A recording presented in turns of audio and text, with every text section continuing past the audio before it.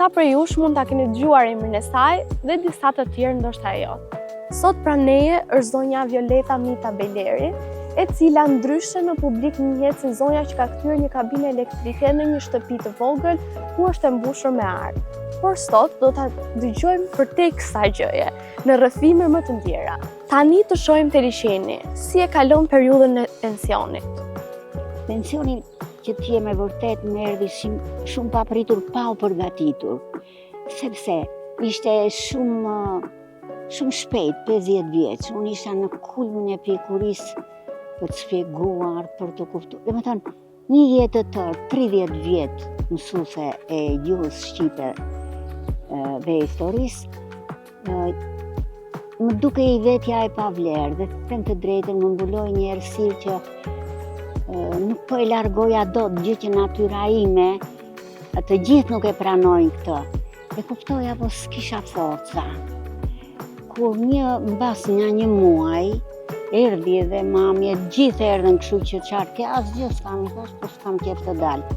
Me një fjalë, unë mendoj nga ana psikologjike, po si dhe vetes, nuk t'i japin të tjerët. Kështu që jepi vetes për çfarë do lloj problemi, që këtë do ta zgjidh, këtë do ta bëj. Dhe dalja ke liçeni ishte një mrekulli. Mirë dola dhe shikoja këtë natyrë të bukur që për mua, pse më e bukur do jetë Parajsa se besoj. E dua liçenin sepse na pranon kudo dhe si duam ne. Dhe kjo është ajo që mua më qetësoi. Po ecja, po një gjë sikur mungonte. Edhe fillova fillimisht të këndoj. Mes dhe të ullët, ato këngët që dua unë, pëlqej klasiken, po e fillova me një këngë vërtet që më pëlqen e bukur, dhe që i përshtatet zërit, sepse edhe zëri nuk i bën të gjitha, nuk ka mundësi t'i bëj. Dhe unë ndjeva mirë, në fillim këndova nga dalë. Pastaj, pas ditën e dytë, e ngrita zërin. Dhe i shoh që njerëzit më shikonin me habi. Thosha me vete me siguri, thonë, gjëno, shkretë, pas ka iku. As më bëj vonë fare për këtë, edhe nëse do mendonin që është kështu, po unë kthehem dhe kështu, se unë jam e zonjë e kësaj, edhe kështu kthehem. Kështu që i dhash vetes dhe vazhdova të këndoj deri para pandemisë. Ra pandemia dhe na shkëputi dhe ajo më ka shkëputur. Jo se nuk vi, po jo si atëhere. Sigurisht që unë jam tashti gjithë një mosha bën të vetën, edhe e ndjej që me zingjitem në të përpjet. Se kam shumë 5 vitesh, jam shumë e vjetruar, po jam e gëzuar se kam jetuar. Më kujtohet njerëz një udhëtar këtu, ose një shëtitës ke liçeni, thot, e qikë ato, thot, nuk isha marrë ca lule gjëmbi, ngjyrë lela.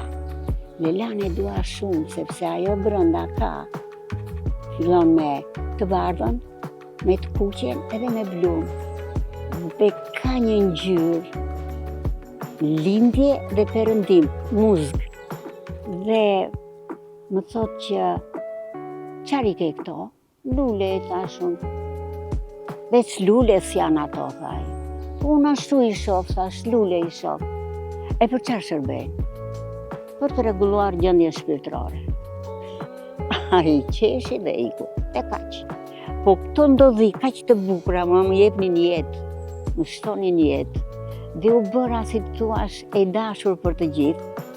Më ndalonin, më përshëndesnin dhe më kanë dedikuar edhe poezi. Njëri bile ishte poet që, kurse ai ishte njëri i thjesht, po dhe ai e kishte bërë me shumë ndjenjë. Për zërin, për gjithë shka që shifnin ke unë, që nuk e shifnja unë të vetja, unë bëja ato që donja unë. Dhe liçeni për mua, thash, është një libër me klorofil, një libër jeshil, ku unë shkruaj tek gjethet, tek lulet, gjej mënyrën për t'u argëtuar me vetveten dhe edhe një gjë kam kuptuar, sigurisht që e kam lexuar, ose ma kanë thënë, s'ka rëndësi, që ndjesha shumë e lehtë kur veja në shtëpi, ato punët i bëja shumë me qef, shumë si duke tamam ky ajri freskët. Është jo vetëm terapi, po është forcë, dhe këtë forcë ma dha liqeni. E vetëmja më shkrije Tiranës. Nga njerë më hypte ndonjë dhe nostalgjik, kështu që është një vërtet, pema ashtar sepse aq e kishte. Po dhe njeri, do vi një ditë që s'ka më ditë. Po mirë, bëv që ke jetuar, prandaj nuk mërzitem fare. Kam jetuar, faleminderit, kam jetuar thjesht, mirë, me një bashkëshortë shumë të mirë, me djemë të mirë, me nipe mbestje. Më kuptojnë sigur, i dua shumë, dhe faza më e bukur, do thosha unë këtë që kam jetuar, është ardhja e mbesës dhe e nipit. Të vjen shumë çudi dhe jem, unë natyra jam e butë, po zbutesh akoma më shumë me ata, sepse jem e lirë, kemi shumë kohë. Më folje pak për dashurin, më përmendë familjen, bashkëshortin. Si e njohet ju bashkëshortin tënd? Më flasësh pak për dashurin tuaj? Në atë kohë, interesant, çdo gjë ishte. Atëherë se kuptoja, kurse tani mendoj që ishte koha, mentalitet.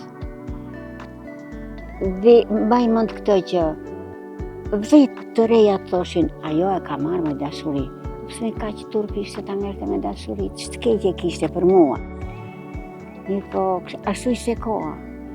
Kështu që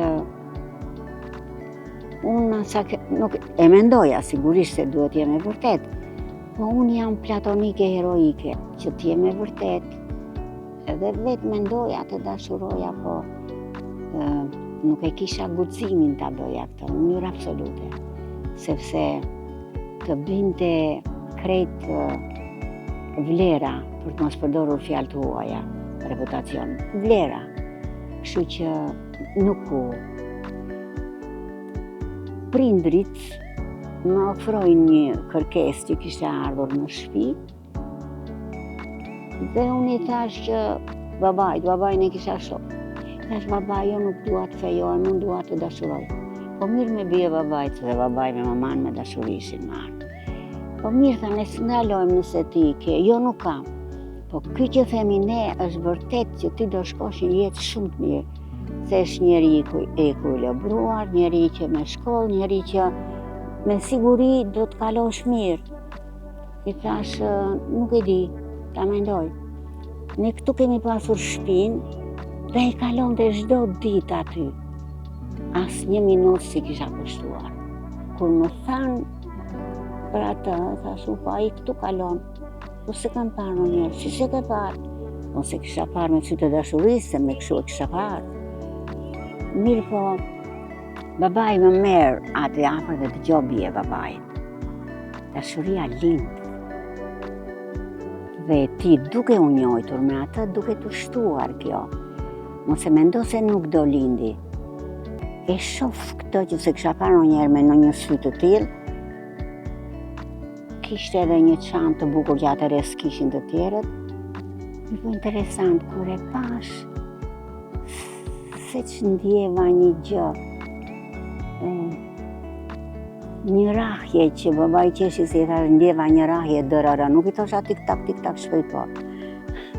A shumë sa mendja, dhe më prene dhe gjunjët.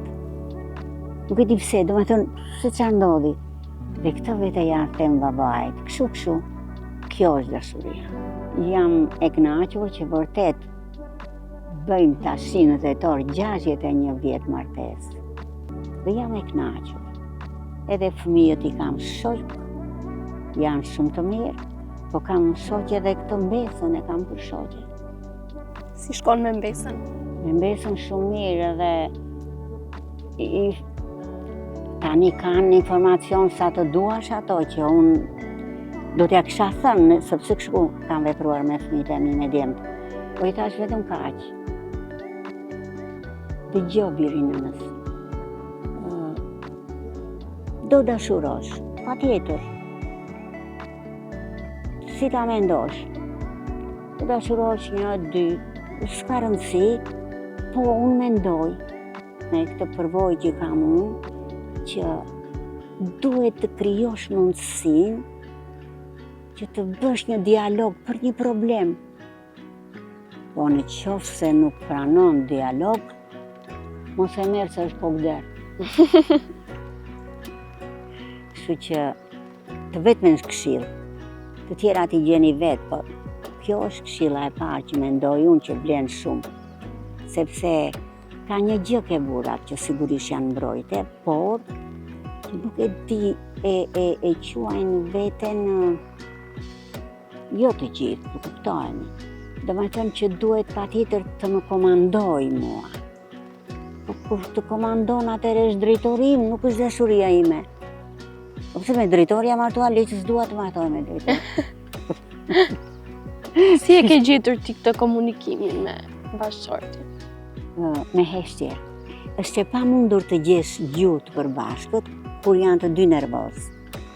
Dhe më vjen keq, po duhet të ulet gruaja. Ose të paktën kështu e mendoj unë. Se gruaja është zbutësja. Kështu që jo kur s'ke fajt, kuptoni. Po me nerva, nuk zgjidhet asnjë, mos u lot fare, nuk e zgjidh. Përkundërsi. Jo vetëm e gërvisht, po gjakos. Kështu që nuk jam me këtë. Po çfarë duhet bërë në këtë moment kur je shumë nervoz? Merr frymë thellë. Vete gjë oksigjeni në tru, tak ikën ajo që ke për të thënë. Kështu që nuk fiton, humbet. Dhe nuk duhet humbasësh një gjë që nuk e fiton dot prapë. Në mënyrë absolute, nuk e fiton. Me të gjithë, jo me bashkëshortin që është themeli në kuptimin e mbrojtjes, po edhe me gjithë të tjerët, aq sa e kanë vendin.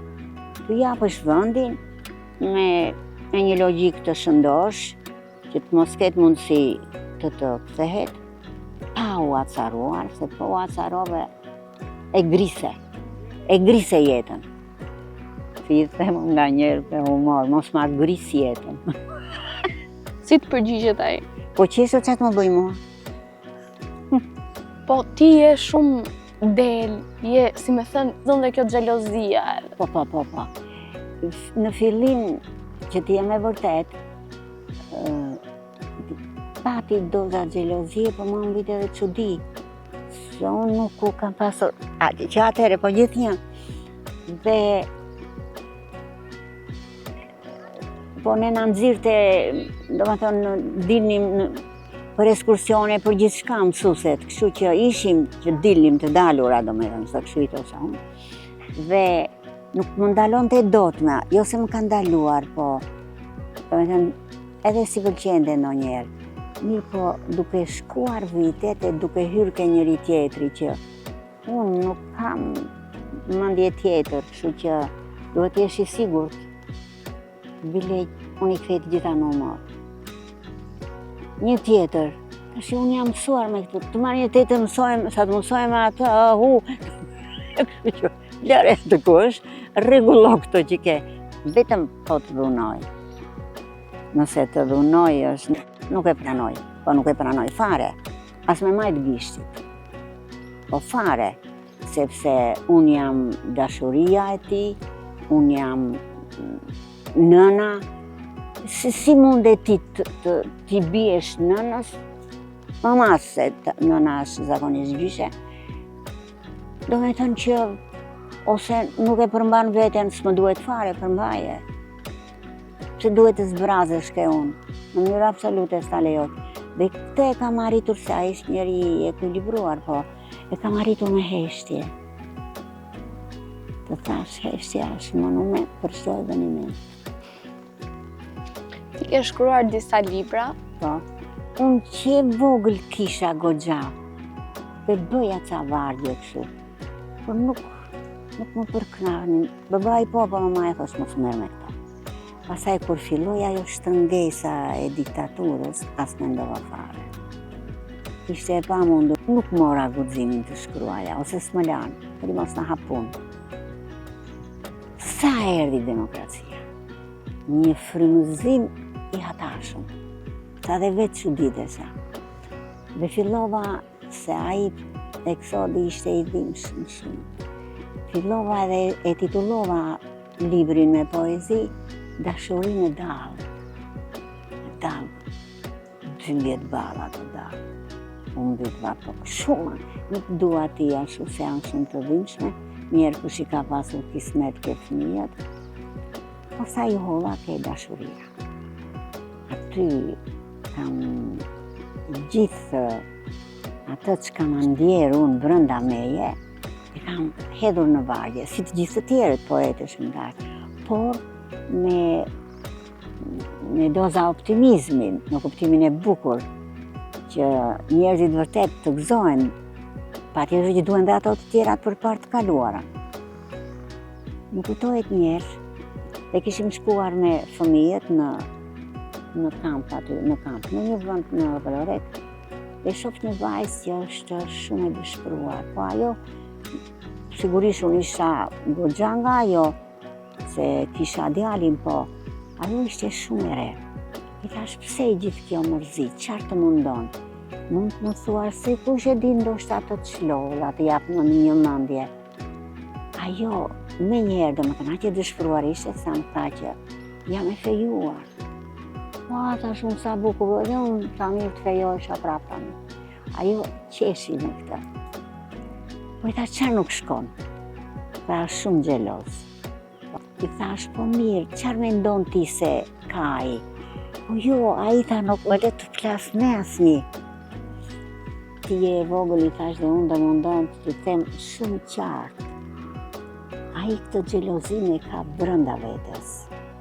Do me thënë, nuk është e injektuar që ti ke parë një dhe ke folur e tjere tjere. Dhe kjo që është brënda vetes është një çik shumë e vështirë. S'po të përmend fjalë shkencore, është patologjike. Po këtë nuk e shëron dot. Po mendoj të bësh këtë, që do t'i bindesh, po duhet të ndihmojnë edhe prindrit. Të bisedojnë me atë, se asgjë nuk zgjidhet pa bisedë, pa dialog. Dhe vonë mora vesh që nuk ishin ndarë, më fal, po kishin lindur edhe fëmijë, do të thënë ishte gjetur një rrugë. Në media ti njihesh ndryshe si artiste që jeton në një kabinë elektrike. Mund më flasësh pak për këtë periudhë, si erdhi si vendim, pse erdhi, çfarë të detyroi, si është shtëpia jote tani? Ai viti 97 që mos ardhmë, gënjeu shumë njerëz. I zot, ekonomisti mirë fill dhe shumë i zoti, i besoi firmave piramidale dhe e shitëm shtëpinë. Po ta marrësh holl, ti s'duhet ta, nuk duhet ta besonin këtë gjë, po u bë. Tash i duhesh e zgjidhje, se zënje nuk nxjerr gjë. Po i do të punonte tek nish elektriku dhe lavdizotit ata i dhanë një kabinë që nuk funksiononte. Unë të them të drejtën edhe shkarar qofte edhe në një këmbë ure do ta mbyja me kallama, nuk më shqetëson asgjë. Fjala vjen në mënyrë figurative. Po vetëm të fusnim kokën të ngelim për jashta. Pastaj ashtu si dola unë me një pension 19.000 lekë të vjetra. Kështu që nuk e përballonim dot qeran. Ajo ishte kthyer në një me që nuk funksiononte dhe ishte kthyer në një kështu publike. Se të gjithë aty shkonin që defekonin, kështu që s'më mërziti fare, ju futa asa me doreza, me gjithë djalin, e pastruam, e rregulluam, dhe hop për hop, sigurisht edhe e lyhem, edhe e rregulluam, dhe vëm ato plaçkat që kishim. Pastaj dal nga dal, unë e kam sjell, është bërë një dhomë që sa po hyn, e shikon artin, e shikon të bukurën dhe kjo më qetëson. Vetëm ato mbulesat e divanit dhe të krevateve janë lela, perdja lela që më qetëson, edhe këtu biblioteka prap një perde lela, do me thënë, jam munduar të bëj atë që dua unë që më pëlqen mua. Edhe, se në drejtën im Zot nuk është përzierje, se mos më përzierje në këto, se kështu. Dikur thapë në një, edhe ato gjinglat e minglat i kanë qef, i hoqat sa tani që lyen. Dhe kam lënë vetëm pikturat, janë 8 pikturat bukura. Kush t'i ka dhuruar pikturat? Kam një pikturë të madhe aty që kur iku djali në Amerikë, ma la mua, me gjithë nusen të dy ma lanë, kurse të tjerat më kanë dhuruar. Më ka bërë baba i portreteve, Zef Shoshi. Më ka bërë dhe djali Zefit, një zambakuj. A i ka bërë zadrimoren që e ka dorën kështu. E ke parasysh? E shumë bukur. E kam aty, to të dy. Pastaj një shoqe Juli që as mjemrin nuk jam mbaj mend se gjithnjë kam folur Juli dhe aty ashtu e ka shkruar Juli. I jap 2 fotot e mia, 2 fotografi. I them do më bësh këto të lutem? Po, tha ajo. Kam dalë që përqafoj mullarin edhe në vjeshta, pema, një pemë edhe unë. Tashti, nuk vesh, është bërë terapi për mua, nuk më lodh asgjë. Sot që koha ishte e bukur, po edhe frynte më duhet patjetër që ta zbusja një çik të kaltrën dhe të harmonizoje me këtë të bardhën. Kështu që e gjeta se çfarë kam unë? Kapelet, lelekët dhe shallat. Këto janë që i dua shumë dhe bëj kombinim.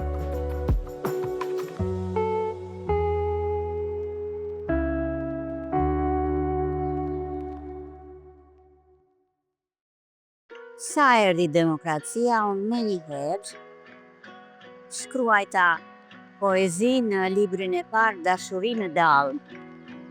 Në atë kohë të vështirë që vërtet Dashuri në Dallë kaluam të gjithë bashkë. E kam shkruajtur me dhimbje për çka ndodhi në ato vite. Pastaj shkruajta librin e dytë, Era e ndryshimeve. Ndryshimet që ndodhen këtu, ndryshimet kardinale që ne as i mendonin, që vërtet na gëzuan. Shkruajta kishte libri i dytë. Libri i tretë me poezi, 60 poezi në 60 vjetor. Domethënë në formë familjare, domethënë diçka të tillë, edhe për fëmijë, për mbesën, për nikin. I katërti ishte Duaje dashurinë. Dhe këtu me vërtet me një frymëzim dhe një kopertinë që unë i ideoj vetë kopertinat. Sepse dashuria vjen nga lart, me fishek zjarr. Një xhix nuk shpërthen nga vatra, s'del. Një tjetër fiket fajin në atmosferë. Pastaj më lindi një mendim shumë i çuditshëm si ishte rastësia. Unë vija nga liçeni gjithë qefu kënaqja, kur vi këtu ke para filologjikut, ndalon një policë që ishte ke ambasada kroate. Edhe ai më thot shumë thjesht, thot vetëm ke zë shumë bukur, vetëm këndon apo dhe shkruan. Unë me këtë u çudita dhe i thash, po i thash dhe shkruaj. Aman shkruaj për mua, tha, se kam dashur një vajzë që nga fillore. Dhe u martova me të pasi, do me thënë, ajo ishte martuar dhe unë isha, dhe në fund të bashkuam bashkë. Po kthesha prap nga liçeni e gëzuar, e egzaltuar me pranderën që veç të mos kesh sy dhe zë po sytë e zemrës, ta shikosh me sytë e zemrës pranderën. Dhe kur vi këtu afër shtëpisë, ato lokalet e vogla ashtu, dhe më thret një vajzë, kthehem dhe shikoj, po ta mam, ishte vajza një shoqes time. I tha, qërë ke këshu që të kam rënë qepenat. Ajo qeshi, o leta, ti gjithmonë këshu, po i thash dua të të gëzoj se e shoh që nuk shkon një gjë. Tha, unë nuk di asnjë gjë, që t'jem e vërtet. Dhe ajo më thot një gjë kaq të dhimbshme sa që unë ngela e befasuar dhe në moment po mendoja se si po e skicoja. Dhe në mbështetje domethënë të kësaj e shkruaj ta romanin. Dhe kur ja kam dhënë kësaj personazhit kryesor, jo vetëm është befasuar, po që ditë ku i di e ti gjitha ato. I thash, ti tha ke biçuar me roman time? Jo, i thash, s'kam biçuar, po mi di nënat se janë vetë. Dhe vërtet më ka folur zemra. Dhe unë mendoj, kur flet zemra, truri hap kraun. Nuk mere truri me zemrën. E adoptuara.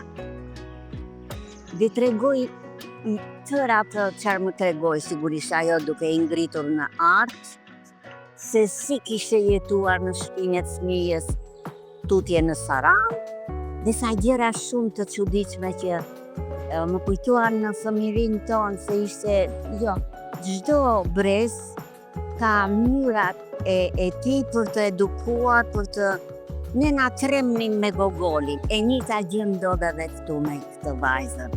Dhe unë të i shkruaj të gjitha. E gjithçka që më thot, i regjistrova dhe unë e fillova romanin me shumë qejf. Pse? Sepse ajo kërkonte, domethënë, tërë kohën nënën. Po unë e lë vetëm kaq e adoptuara si titull. Se desha të vija dhe atë në kërkim të nënës, po sikur ajo dihet që e adoptuara kërkon nënën. Kështu që e lash vetëm thjesht e adoptuara. Dhe e gjeti mendo kur i si rritur fëmijë dhe ishte bërë 50 vjeç. Romani tjetër është një gënjeshtër e bardhë për dashurinë. Po pse e kam titulluar kështu? Njeriu nganjëherë gënjen nga zori, po janë pa të keq këto. Domethënë nuk sjellin bëma. Po mënyra se si e trajtojun me një dhimbje të madhe tërë kohën, duke e pasur atë gënjeshtrën si një pengesë në zemrën e saj, se nuk tregoj. Më duhet ta them këtë. Mora vesh, më tha kur fundoja nga liçeni një doktoresh, mungesa e menstruacionit. Po kjo është fatkeqësi e madhe. Dhe mua më ka dhendur në shpirtë, se nëse dija që ndodhte kështu. Një po njeriu ashtu si ku ndodhet krejt, gjithë kjo gjithësi, ka defektet e saj. Dhe kjo vajzë vonte kaq shumë.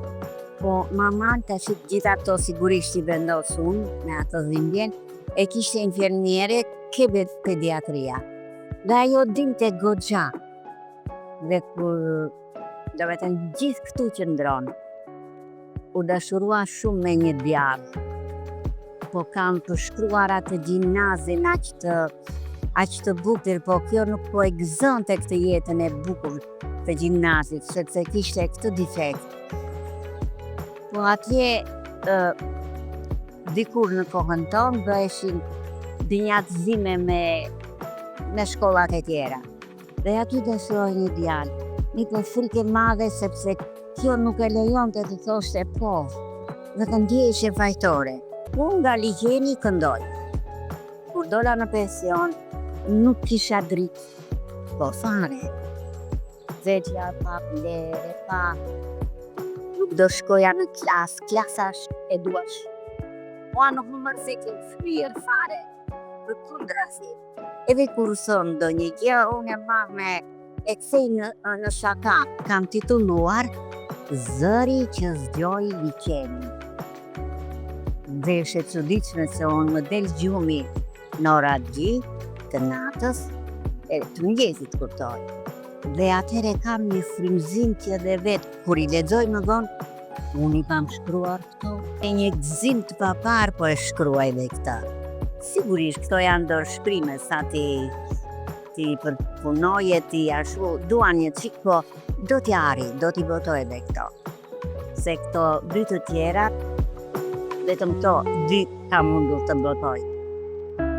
Si që po them që do të ndotoj. Në shpejtësi nuk ka mund se unë do hiqi nesër, me shëndetin që kam, unë kush e di deri kur do vete. Mos harroni të bëni subscribe në kanalin ton për video të tjera si kjo dhe aktivizoni notification që mos të humbisni asnjë nga videot e përditshme.